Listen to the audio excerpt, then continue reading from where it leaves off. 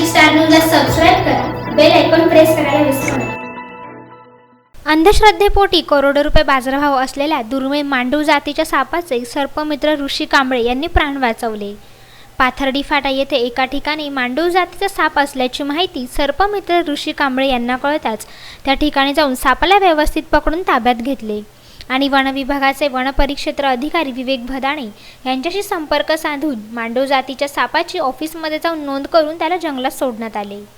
बाजारात करोडो रुपये किंमत असलेला मांडूळ हा साप बाजारात छुप्या पद्धतीने करोडो रुपयाला खरेदी विक्री केला जातो।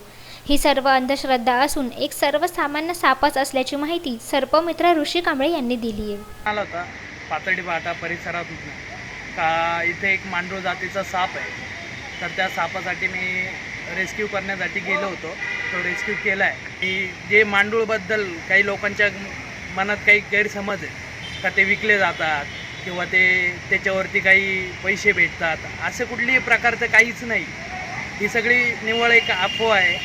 त्याच्याने काही लोकांचं असं पण म्हणणं आहे का पैशाचा पाऊस पडतो किंवा अजून काय गोष्टी अशा आहेत का त्या याच्यासाठी यूज होतात किंवा असं काहीच नाही। तो नॉर्मल एक सर्वसामान्य जसा माणूस असतो तसा एक सापाचा तो एक भाग आहे, सर्वसामान्य तो पण एक साप आहे।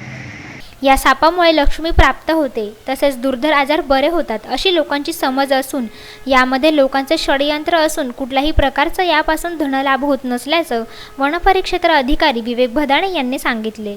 आज आपल्याकडे जो मांडुळांबद्दलचा गैरसमज पसरवला जातो त्याबद्दल आपण मला विचारलं होतं की मांडूळ साप पाळल्याने पैशांचा पाऊस पडतो, धनलाभ होतो, ज्या ठिकाणी मांडूळ साप ठेवला त्या ठिकाणी तो खाली जमिनीत जाऊन गुप्तधन काढतो वगैरे वगैरे सारख्या खूप साऱ्या गोष्टी मांडुळाबद्दल पसरवल्या गेल्या आहेत की तो इतर आजारांवर सुद्धा काही उपयोग आहे, पण असं काहीच नाही आहे। मांडुळाबद्दल ज्याही गोष्टी पसरवल्या गेल्या आहेत ह्या फक्त काही विशिष्ट लोकांनी पैसा कमवण्याच्या दृष्टीने खोटे उदाहरणं देऊन पसरवलेले आहेत। मांडूळ सापाने जर का असा काही पैशाचा पाऊस पडला असता तर सर्वात जास्त श्रीमंत आम्ही लोक राहिलो असतो, परंतु ह्या ज्या अफवा आहेत या काही लोक दोन पैसा कमवण्याच्या दृष्टीने फक्त अफवा पसरवत असतात, त्या सगळ्या खोट्या आहेत। तशीच सेम अफवा कासवाबद्दल देखील पसरवली जाते जसे की 21 नखी कासव, 19 नखांचं कासव, 11 नखांचं कासव, तशा काही गोष्टी नसतात, सगळ्या अफवा खोट्या आहेत।